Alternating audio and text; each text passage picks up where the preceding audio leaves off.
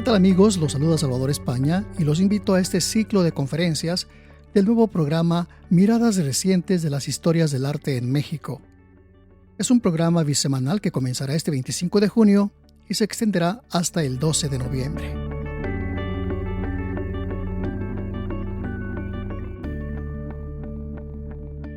Gracias, es un placer estar con todos ustedes. Bienvenidos a esta inauguración del ciclo de conferencias Miradas Recientes a las Historias del Arte en México. Esta es una iniciativa de colaboración entre la UNAM Chicago, el Instituto de Investigaciones Estéticas de la UNAM y Spanish Public Radio. Yo soy Erika Erdely, secretaria académica, y ahora le voy a ceder la palabra a Denise Fallena. Denise Fallena es la coordinadora de este proyecto, es una gran amiga de UNAM Chicago, pues ella ha estado viniendo año con año a esta ciudad a hablarle a la gente de origen mexicano, latinoamericano que radica aquí y que quiere conocer más sobre la cultura de nuestro maravilloso México. Entonces, para ello, Denise, pues ha invitado a una serie de investigadores de primerísimo nivel de nuestra universidad, la crema innata de la investigación sobre el arte en México, y hoy se han dado a la tarea de compartir con ustedes la pasión que tienen por lo que hacen y sus líneas de investigación en el increíble mundo del arte mexicano. Entonces, Denise, por favor, demos inicio a este ciclo. Hola Erika, Salvador, como siempre es un placer estar con ustedes. Y sí, efectivamente, cada año voy a la UNAM Chicago a impartir un curso. Entonces, para mí, siempre estar con ustedes es estar con mi familia. Sin embargo, en esta ocasión, debido a la contingencia, no fue posible impartir este curso. Sin embargo, decidimos, en colaboración entre la UNAM Chicago y el Instituto de Investigaciones Estéticas del Centro de Extensión Oaxaca, organizar este programa de cápsulas, de videocápsulas, con el apoyo de mis colegas y compañeros del instituto, precisamente con la idea de que cada quien, con sus experiencias, sus enfoques y sus áreas de especialidad, darles un panorama mucho más extenso de lo que es la investigación en historia del arte. Entonces, eso es lo que queremos presentar y bueno, pues yo estoy muy agradecida de que nos den esta oportunidad de compartir con todo su auditorio, con toda la comunidad, la pasión y el gusto de nuestro trabajo y difundirlo, ¿no? Y que vean que realmente pues es para todos esta investigación que se hace en nuestra máxima casa de estudios. Muchas gracias.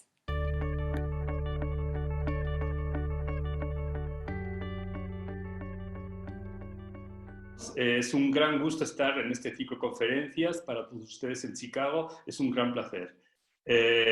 Pues yo me dedico al arte rupestre, como lo ha dicho mi compañera Denise, y también para el estudio del arte rupestre abordo temas un poco más generales, como el estudio de paisajes culturales prehispánicos y paisajes culturales coloniales indígenas. Y también como consecuencia de esos estudios, estoy muy interesado en estudiar estéticas, artes que no son de tradición occidental, como es la estética mesoamericana, pero también las estéticas de culturas del norte del país, del norte del México, que no son de tradición mesoamericana, pero son tan importantes y tan vitales y tan creativas. Yo actualmente trabajo en dos áreas. Por una parte trabajo en el Istmo de Tehuantepec, en el sur del país. Como sabrán, el Istmo de Tehuantepec, la parte más estrecha, al norte es el estado de Veracruz y al sur es el estado de Oaxaca. Entonces yo trabajo al sur del Istmo, en el estado de Oaxaca. Y la otra área que trabajo también es al norte del país, en el estado de Durango, en el centro, en un valle en el estado de Durango. En Oaxaca, mis investigaciones, pues yo trabajo con los zapotecos. Los zapotecos que inicialmente originaron en los valles centrales de Oaxaca, pero como 2 siglos antes de la conquista, hicieron una migración y migraron y conquistaron esa parte sur del Istmo de Tehuantepec. Entonces, para apropiarse ese territorio, realizaron mucho arte rupestre. Aquí vemos una imagen, un dibujo de estos motivos de arte rupestre, y como podemos ver, es una especie de códice en piedra. Como ustedes sabrán, los códices prehispánicos, una gran parte de estos códices prehispánicos, de estos libros prehispánicos, hechos en piel de venado o papel amate, fueron creados en Oaxaca, en territorios de Oaxaca. Entonces, estos zapotecos, cuando realizaron su arte rupestre, lo hicieron con ese mismo estilo, con esas mismas imágenes de los códices. Entonces, por eso podemos decir que son una especie de códices en piedra. ¿Qué pasó después de la conquista?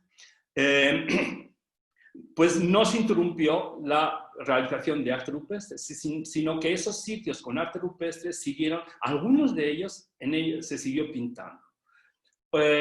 Y entonces a mí lo que me interesa saber es cómo evolucionaron estos sitios, que primero empezaron teniendo pintura y arte prehispánico, y durante la colonia se siguieron utilizando y se siguieron pintando, pero ya con nuevas influencias y nuevas técnicas y estilos que ya eran influencia de los europeos. Por otra parte, también trabajo en el estado de Durango, como les he dicho, en el centro, en un valle en el centro, y allí trabajo con arte rupestre de los tepehuanes. ¿Quiénes eran los tepehuanes? Los tepehuanes es un pueblo que de tradición norteña, ellos también llegaron en una migración a los actuales territorios del estado de Durango, una migración procedentes del norte, venían de un territorio al norte, casi frontera con Estados Unidos, y pocos siglos antes de la conquista llegaron a los territorios de Durango. Lo que es importante aquí es que la conquista, lo que detonó en ellos, hizo que surgiera un arte rupestre muy interesante, y ese arte rupestre tenía muchas influencias europeas. ¿Por qué? Porque las misiones, ustedes saben que uno de los grandes procesos de la colonización, de la conquista, fue la evangelización. Entonces querían cristianizar a los indígenas, y en las misiones había muchos libros, y esos libros tenían grabados e imágenes, además de pinturas y lienzos en las iglesias. Entonces, estos indígenas tepehuanes retomaron mucho de esas imágenes, de esas influencias, para poder hacer su arte rupestre. ¿Y qué expresaban en su arte rupestre? Pues sus intereses, que eran sobre todo los conflictos de la conquista, las luchas, tenemos escenas de luchas y de enfrentamientos, y la otra parte serían, por ejemplo, otro gran tema son los caballos. Todo referente con équidos, caballos, mulas, era algo muy importante para ellos, porque su modo de vida era un modo de vida con mucha movilidad, y el caballo era algo importante para ellos. Entonces tenemos esa preocupación reflejada en muchas de las imágenes de este arte rupestre. Y también lo que, a diferencia de lo que ocurre con los zapotecos, aquí no tenemos casi imágenes religiosas cristianas. Entonces es una diferencia, por ejemplo, entre el arte colonial de los zapotecos y de los tepehuanes. Y simplemente para finalizar, decir que estos dos tipos de arte colonial eran una estrategia de resistencia de estos pueblos, donde intentaban expresar sus inquietudes, lo que estaba pasando con esta conquista que estaban sufriendo. Y nada más decir esto, e invitarles a mi sesión de este ciclo, donde voy a hacer un panorama de la riqueza y variedad del arte rupestre en México. Muchas gracias.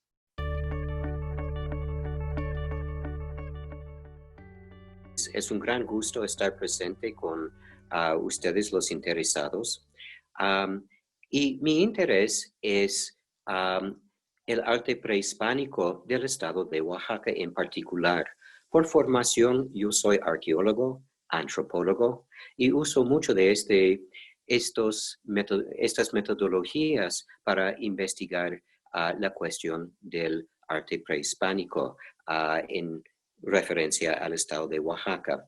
Probablemente ustedes conocen más de los pueblos prehispánicos, de los aztecas o los mayas, pero Oaxaca se destaca por otra civilización brillante, los zapotecos, que tienen la fama de haber manifestado por primera vez el calendario, escritura en medios permanentes, y también eran los originarios de uno de los centros urbanos más tempranos, de Montalbán. Fue organizado en términos de clases sociales, con un gobierno centralizado y clases de nobleza, de comuneros y, por supuesto, la clase gobernante. Mi interés en particular es entender cómo se integraron estas sociedades como los zapotecos, que son sociedades desiguales. Así que los comuneros tuvieron que pagar tributo a los gobernantes y también dieron tequio para la construcción de los centros urbanos. Entonces, cada civilización o centro urbanizado como Monte Albán muchas veces tiene un desarrollo del arte muy exuberante que es producto de los gobernantes. Como tal, se supone que los mensajes codificados en el arte transmiten los principios, los intereses del gobierno, de los gobernantes.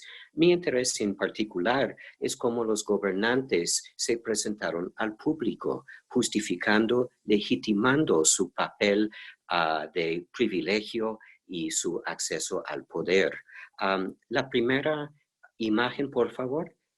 Como están viendo sobre su pantalla ahora, era un lenguaje visual muy exuberante que se manifestó en la cerámica, en piedras grabadas, y es todo un lenguaje visual distinto de nuestro conocimiento.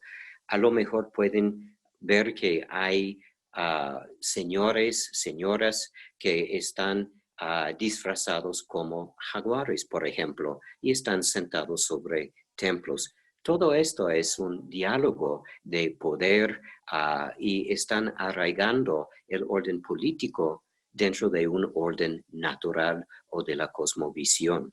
Entonces, es un lenguaje visual diferente y se puede sujetarlo a una interpretación.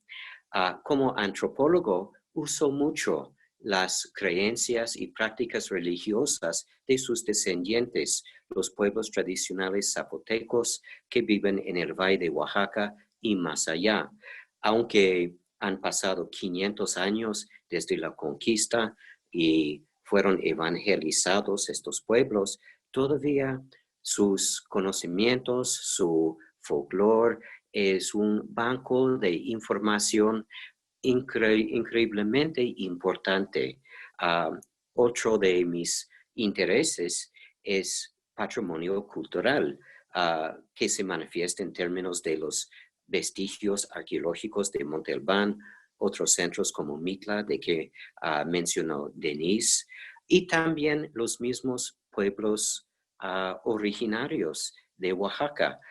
Estamos frente a una globalización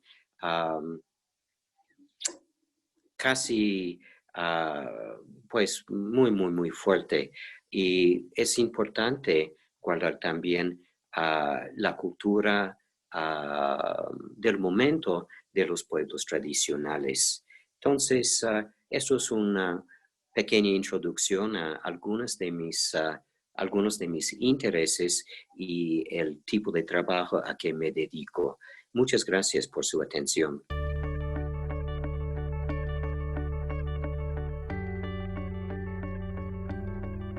Gracias a los colegas de la UNAM Chicago por esta invitación. Pues comentarles brevemente algunos de los proyectos que trabajamos aquí desde Oaxaca. Uno se relaciona precisamente con esta temática que menciona Denise sobre las culturas prehispánicas. Bueno, mi línea de investigación es un poco más amplia, es culturas musicales de México, dentro de las cuales se incluye la etapa prehispánica y varios siglos después, que es siglos XIX y parte del XX.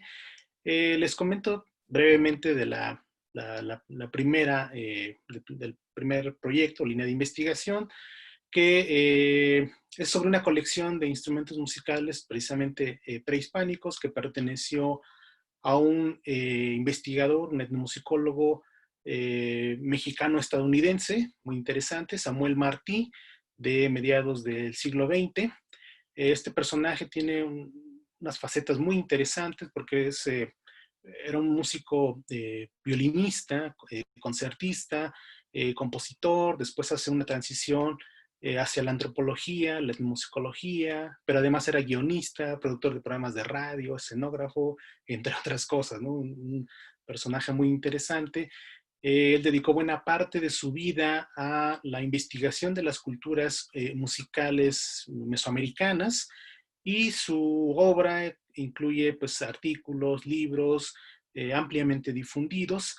Eh, También reunió una colección de aproximadamente unos 100 instrumentos prehispánicos que a raíz de su fallecimiento, la viuda donó esta colección al Museo Regional de Oaxaca, que es el museo emblemático aquí de nuestra ciudad, y por azares del destino esta colección había pues permanecido guardada, y bueno, en épocas más recientes y a partir de un proyecto de investigación fue que el año pasado logramos sacar nuevamente a la luz esta colección y exhibir estos instrumentos, pero ahora con una propuesta en la que intentamos contextualizar esta colección de instrumentos musicales con la obra y los intereses de este reconocido investigador.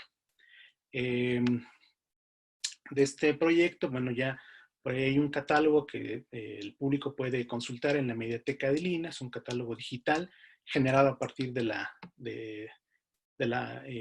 exposición.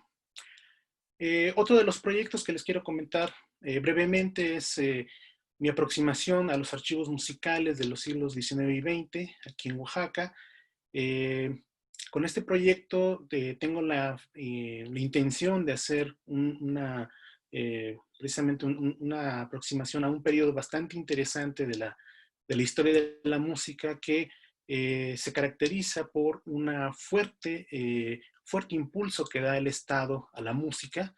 Las características de Oaxaca permiten una singular estrategia en donde las comunidades se apropiaron de este auge musical para integrarlo a su dinámica comunitaria, y me refiero en particular a las bandas de viento. No son las únicas, pero sí quizás las más significativas. Y en este proyecto lo que intentamos hacer es, a partir de los archivos musicales que aún se conservan en algunas comunidades, tratar de hacer pues una búsqueda, un reconocimiento de esas piezas musicales que estuvieron en boga precisamente a finales del XIX, toda la primera mitad del siglo XX, y lo que vemos es una dinámica musical bastante interesante, bastante compleja, en donde hay un repertorio bastante variado, bastante amplio, intercambios a nivel comunitario, a nivel regional, movimientos de composiciones que se trasladan de una comunidad a otra, de compositores, arreglistas, etc. A la fecha, pues hay una selección ya de algunas piezas de un archivo de una comunidad, Santa Catarina Minas, aquí en el Valle de Oaxaca.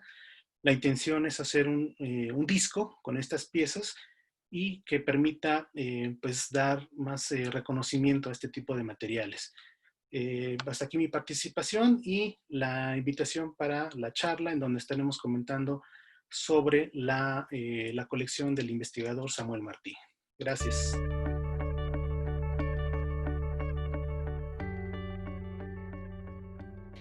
En mi caso, mi campo de estudio es el arte medieval, así como sus traslados, repercusiones, influencias y adaptaciones que tuvo en el Nuevo Mundo, concretamente en la Nueva España.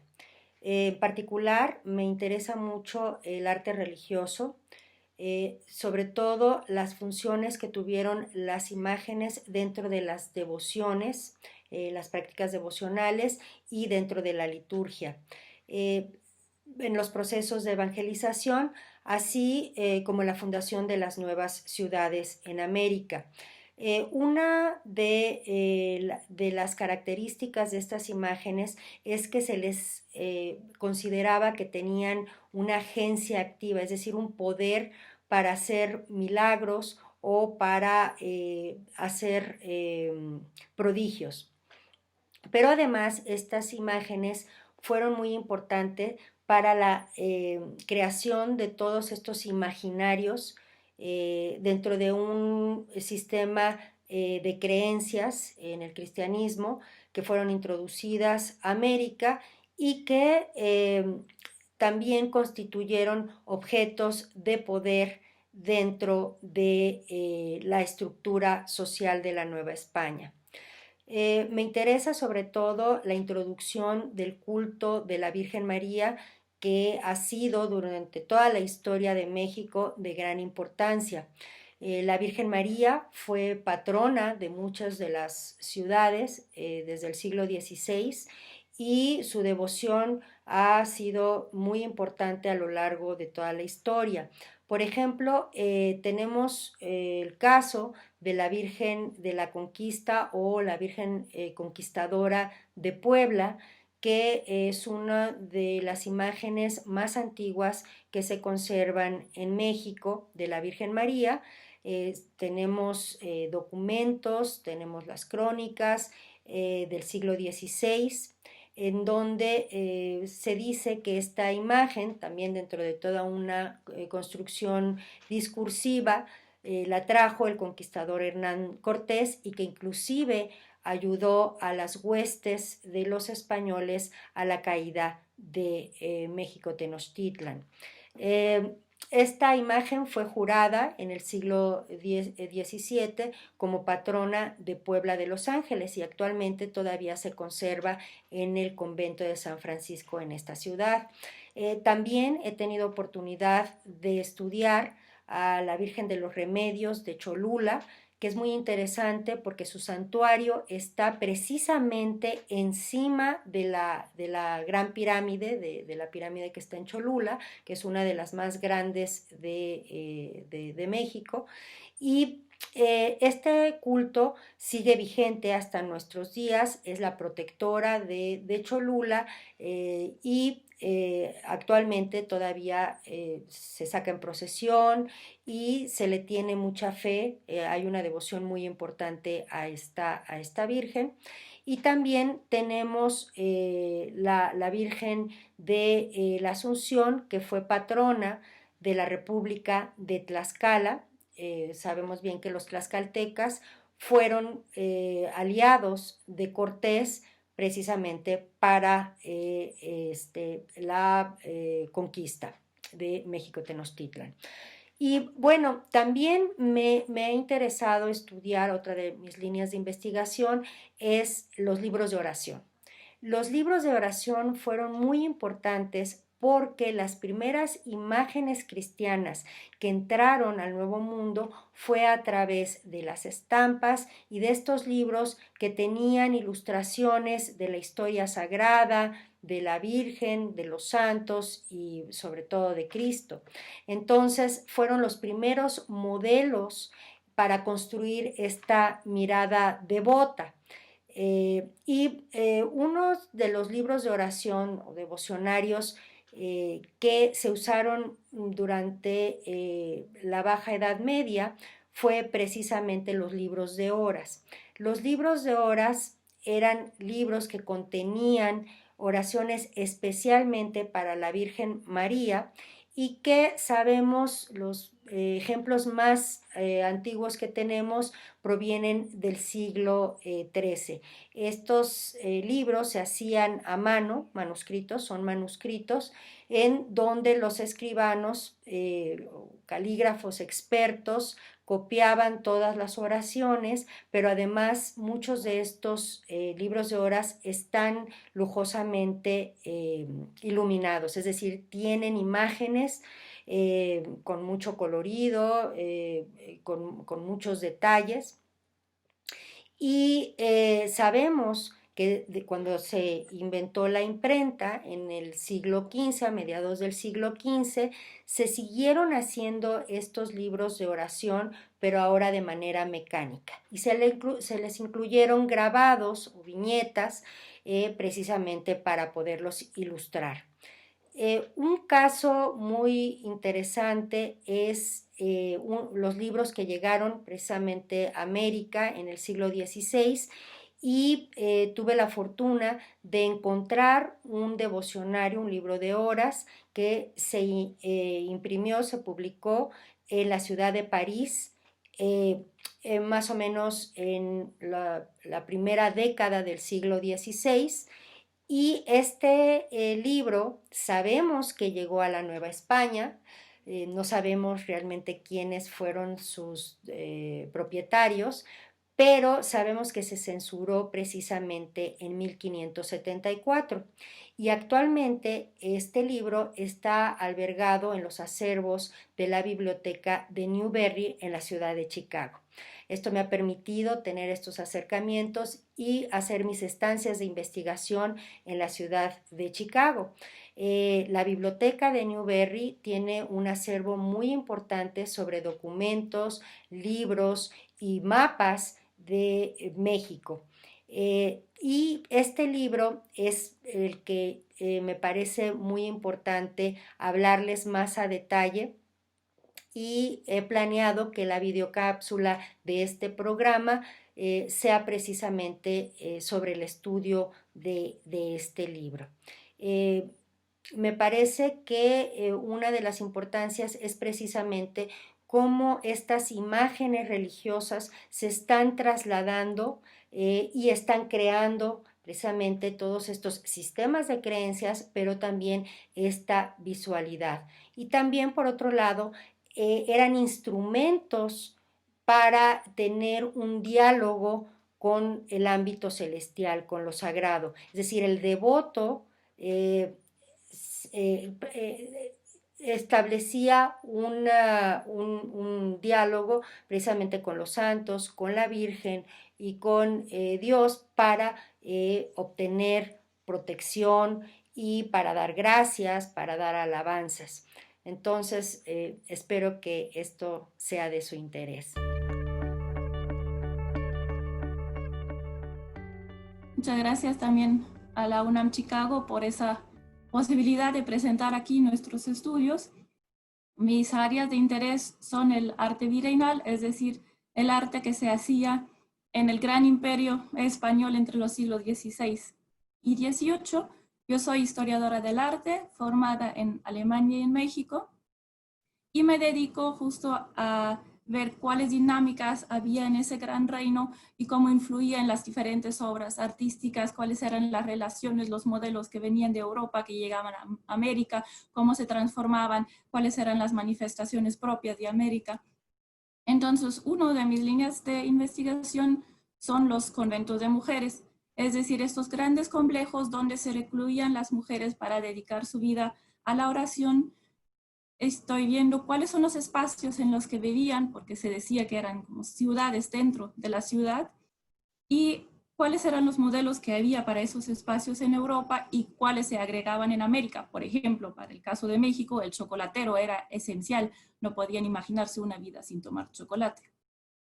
Otra línea a la que me estoy dedicando es ver cómo se hacían las predicaciones en las iglesias, cuáles eran los efectos del sermón barroco. Es decir, cuando el cura daba su homilía y le hablaba al pueblo, cómo lo recibía el pueblo y cuál papel jugaban las obras artísticas que estaban dentro de las iglesias. Es decir, si hablaba de San José, digamos, y había un retablo dedicado a San José, cómo lo podía incluir, cómo tenía que hablar para que la gente le pusiera atención, para que llegara el mensaje. Y mi otra línea de investigación, y es la que voy a presentar más ampliamente en la cápsula, es sobre esculturas y retablos, y ahí le pido a Erika que comparta las imágenes. El proyecto de investigación al que me estoy dedicando principalmente ahora es hacer un registro y la investigación de retablos de los siglos XVII y XVIII que se encuentran todavía en diferentes ciudades que conformaban ese gran reino, es decir, en Oaxaca, en Puebla, en Ciudad de México, pero también en Guatemala y en Perú. Esos retablos fueron parte esencial de las iglesias, del adorno de las iglesias. Se dice que las iglesias virreinales son barrocas, no tanto por su forma, sino más bien por su adorno, es decir, por todas esas esculturas, pinturas y retablos que se encontraban dentro, todo dorado, como pueden ver aquí en estas imágenes, que son ejemplos del retablos del siglo XVII, sobre todo salomónicas, que es ese tipo de columna que pueden ver que se gira, que fue como el gran éxito para el siglo XVII, pero había otras formas para el siglo XVIII y también según la región donde se encontraban variaba. Pero el problema es que no tenemos estudios comparativos, no tenemos estudios que hagan relación a diferentes sitios y comparen por qué se hace una cosa en un lugar, por qué en otro, cómo trabajaban los talleres, quiénes viajaban, los maestros o las ideas, quién daba los encargos. Entonces es un gran área de investigación y ese catálogo debe contribuir a poder profundizar en los estudios porque muchas veces nos falta la documentación. Es decir, no tenemos fuentes en los archivos que nos puedan decir quién hizo los retablos.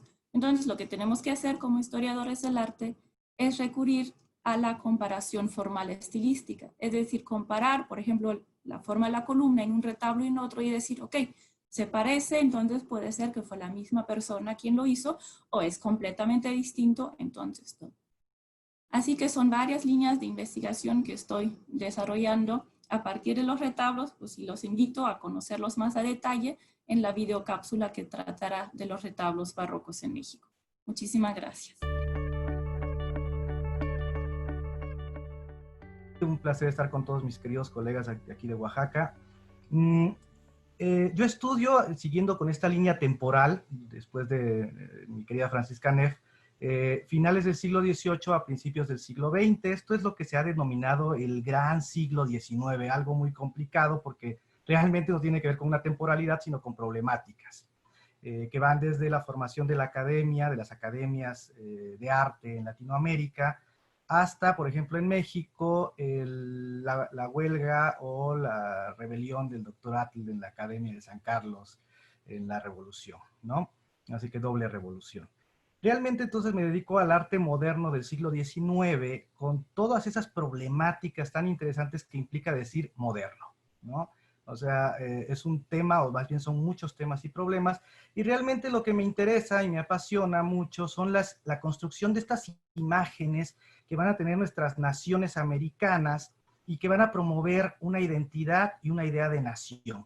Este nacionalismo incipiente que se va a consolidar hasta el siglo XX y que muchas veces las vemos en los libros de texto de historia, ¿no? Esas imágenes frías, un poco aburridas, esas esculturas tiesas, que por lo general, ¿no? Vemos y no nos atraen, sobre todo, yo les voy a poner el ejemplo, estoy haciendo de una vez la invitación a mi cápsula, de la estatua de Benito Juárez, que posteriormente se hicieron unos estudios y unos libros en torno a esta trivialización o incluso este agotamiento de la imagen de Juárez por todas partes de México, como decía una investigadora, hasta cabezotismo, ¿no? O sea, hay cabezas de Juárez desde el sur hasta el norte del país. Pero realmente estas imágenes del siglo XX, estas esculturas, estas pinturas, estos ciclos pictóricos que nos hablan de la fundación de nuestras naciones, sobre todo de México, de lo que yo voy a hablar, ¿qué conflictos tuvieron? Hay discursos, hay problemas, hay conflictos entre liberales y conservadores, entre centralistas y federalistas, entre masones conservadores y masones más liberales. Entonces, estas problemáticas son tan interesantes y además podemos incluir que estas imágenes, por ejemplo, al principio con las reformas borbónicas, con este pensamiento ilustrado que nos venía de España a finales del siglo XVIII y que pretendía la mejor administración de la corona de parte de sus colonias, es decir, de todos los virreinatos de América, también se volvió una forma de registro del territorio, de conocimiento del territorio ultramarino de España, ¿no? O sea, de las colonias americanas, y ese conocimiento, lo más interesante para nuestro caso, se volvió una apropiación visual. El proyecto que pretendía realmente conocer más allá de España se volvió una apropiación visual a través de dibujos, acuarelas y sobre todo de la gráfica, que es lo que me interesa mucho de la primera mitad del siglo XIX, y cómo después esa apropiación se va a reapropiar de parte de los americanos. Es decir, estas imágenes las van a usar ahora con otros fines, estos fines identitarios, políticos y sociales van a cambiar a lo largo del siglo XIX. Entonces, vamos a analizar en el caso de mi cápsula cómo estas imágenes, sobre todo la escultura, el monumento escultórico de Benito Juárez y también unas imágenes fundacionales de la ciudad de Oaxaca, están negociando la identidad y la formación del Estado-Nación mexicano ya en el siglo XIX, y tienen relaciones tan interesantes y tan importantes con otras naciones americanas como Argentina, Brasil, Chile, Perú. Entonces, esta trama de continuidades, esta trama de símiles y al mismo tiempo de diferencias entre la construcción de la imagen, entre sus iconografías y entre sus discursos, va a ser realmente el eje en el cual vamos a tratar de discutir, de dialogar, y en el cual obviamente los invito y espero que haya muchas preguntas, muchas cuestiones, para ya no ver estas imágenes tan frías, aburridas y tiesas. Es todo, gracias. Denise, un placer estar contigo, con los colegas y también con la audiencia en Chicago. Para mí es además un gusto porque me reconecta con una parte de mi vida que es mi experiencia dando clases en Estados Unidos y trabajando el arte latinoamericano en Estados Unidos. Para contarles un poquito de lo que yo hago, me he dedicado sobre todo a analizar las estéticas que migran, el arte que es diaspórico, que sale de un lugar y toma nuevas interpretaciones en otro. Y he intentado conectar ese tipo de investigación con mi propia experiencia de vida. Yo desde muy temprano salí a estudiar y a trabajar y a dar clases fuera de México. En concreto pasé 10 años viviendo y dando clases en Europa y conecto mi experiencia personal de vida con el sujeto migrante y con las obras de arte, los objetos que mutan y viajan y son reapropiados y son expropiados, etcétera. Después de dar 10 años clases de historia del arte y cultura visual en Europa, también viví 8, casi 9 años en Estados Unidos, en concreto en la costa este, en donde trabajé justamente la recepción del arte latinoamericano a través de las exposiciones y la crítica en Estados Unidos. Y por eso decía que para mí es un gusto reconectar con ese tipo de investigaciones. Actualmente estoy haciendo un trabajo que tiene que ver con las redes de intercambio entre una escuela que para Chicago es una escuela extremadamente importante, es la escuela Bauhaus, que con la llegada del fascismo alemán motivó la salida de muchos arquitectos que crearon la famosa Escuela de Arquitectura de Chicago. Entonces, no es nada nuevo para ustedes, pero lo interesante es que después del paso de muchos de ellos por Chicago, arquitectos, artistas, teóricos terminaron en México, algunos dando clases, algunos estableciendo relaciones y contactos con artistas y con las vanguardias artísticas en México. Y justamente lo que investigo actualmente es la conexión de esa escuela Bauhaus con las vanguardias y la cultura visual en México inmediatamente después de la Revolución. Ahora, como me interesan justamente estas estéticas migratorias, propuse para la cápsula algo que tiene que ver con investigaciones que hice mientras vivía en Estados Unidos y que tienen que ver con lo que se conoce como el Greater México, ¿no? El Gran México. Es decir, esa cultura mexicana que está desterritorializada, pero que es importantísima para entender la identidad fronteriza, la identidad migratoria, la identidad de frontera, la identidad de ruptura, ¿no? Que vive esa doble condición de la mexicanidad en Estados Unidos. Algunos teóricos han hablado de eso como la transamericanidad, ¿no? Y es un concepto que vamos a trabajar en la cápsula y tiene que ver con un postulado muy, muy concreto, que es que históricamente la historia del arte estudió desde México al arte de Estados Unidos como un arte exterior y viceversa, el arte mexicano se estudió en Estados Unidos como un arte exterior, ¿no? Se hacían estudios mexicanistas desde Estados Unidos. Para quien vive en Chicago puede claramente corroborar en cuerpo y persona que eso ya no se corrobora, que el arte mexicano es un asunto doméstico en Estados Unidos, que es un asunto propio de la realidad cotidiana, y lo que vamos a trabajar es los artistas contemporáneos que viven esa condición del Greater México, esa condición de vivir en el border, ¿no? En la frontera, en la tensión de estar y no estar, de luchar, es decir, el arte de la época Dreamer, ¿no? Entonces, a pesar de que mis investigaciones son de principios del siglo XX, en la cápsula vamos a trabajar con algunas ideas relacionadas con esta condición de frontera del arte contemporáneo en este México desterritorializado. Entonces los invito a que se apunten. Muchas gracias.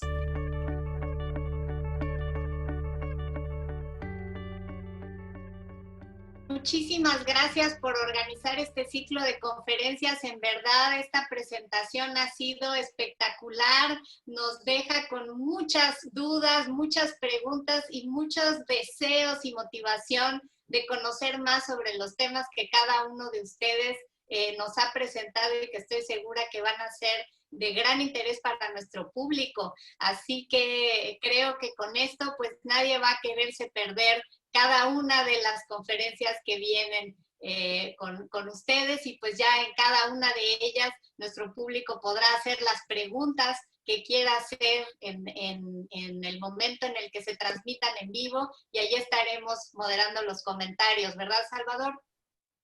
Claro que sí. Bueno, pues nada más nos queda invitarlos a todos ustedes, amigos. Ya escucharon pues todas estas parte de lo que vamos a poder escuchar y ver en este ciclo de conferencias.